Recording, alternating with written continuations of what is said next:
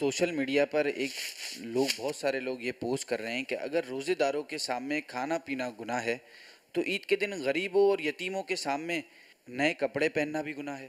تو اپنی مرضی سے جس نے بھی یہ فتویٰ دیا ہے یہ اسی کے لیے اسی پر وبال ہے۔ روزے دار کے سامنے کھانا پینا گناہ ہے یہ جملہ بھی صحیح نہیں ہے۔ اصل وہ جس کا جیسے کہ روزہ ٹوٹ گیا اس پر واجب ہے کہ وہ چھپ کر بھی نہ کھائے، روزہ دار کی طرح روزہ گزارے۔ باری کے دن ہے عورت کے تو وہ تو کھا بھی سکتی ہے۔ بہرحال یہ کہ یہ اپنی طرف سے کسی نے یہ بیچارے نے کیا، اللہ اس کو توبہ کی سعادت نصیب کرے۔ اور عید کے دن غریبوں یتیموں کے سامنے اچھے کپڑے پہننا بھی گناہ ہے، تو یہ کہاں سے اٹھا کر لیا ہے؟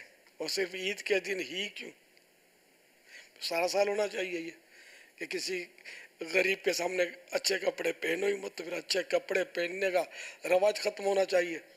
سارے درزی بھی گئے، دکاندار بیچنے والے بھی گئے، اور کپڑے ہی کیوں؟ اور بہت سارے خوبصورت کوٹھی بنگلہ یہ بھی نہیں ہونا چاہیے کہ جھگی والا دیکھے گا، کوارٹر والا دیکھے گا، غریب آدمی دیکھے گا تو یہ تو اس کا دل جلے گا۔ یہ کاریں، اب جس کے پاس سائیکل ہے وہ آپ کی چمکیلی کار دیکھ کر اس پر کیا گزرے گی، اور جس کے پاس سائیکل بھی نہیں ہے وہ اسکوٹر والے کو دیکھ کر اس کا دل جلے گا۔ تو یعنی کیا پورا نظام دھرم برم برم دھرم کرنا ہے؟ تو ایسا نہیں ہے۔ غریبوں سے بالکل ہمدردی ہونی چاہیے، یتیموں غریبوں کو بھی کپڑے اچھے عمدہ دلانے چاہیے، اچھے اچھے کھانے ان کو کھلانے چاہیے، یہ ثواب کا کام ہے۔ اس کا مطلب یہ نہیں کہ اگر جو نہیں کھلاتا تو وہ خود پہنے تب بھی گناہ گار ہو جائے، ایسا نہیں ہے۔